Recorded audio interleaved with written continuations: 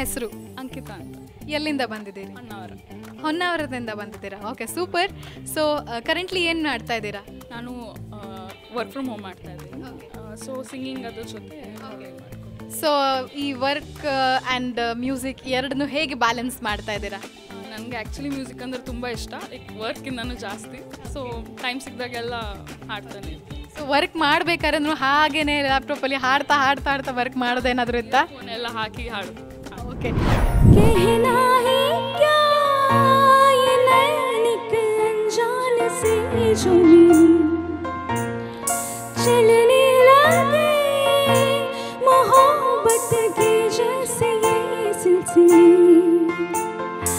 अरमान ऐसे दिल में खिले जिनको कभी मैं न जानूं, वो हमसे हम उनसे कभी ना मिले, कैसे मिले दिल न जानूं.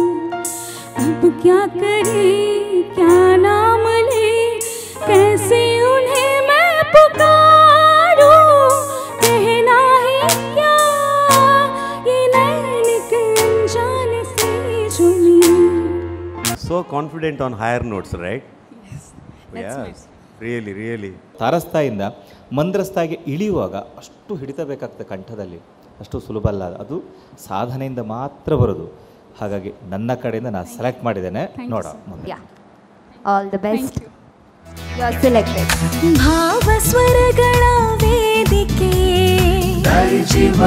ಸ್ವರ ಸಾಗರ, ಹೃದಯ ಗೀತೆಗೆ ಭೂಮಿಕೆ, ಸ್ವರ ಸಾಗರ.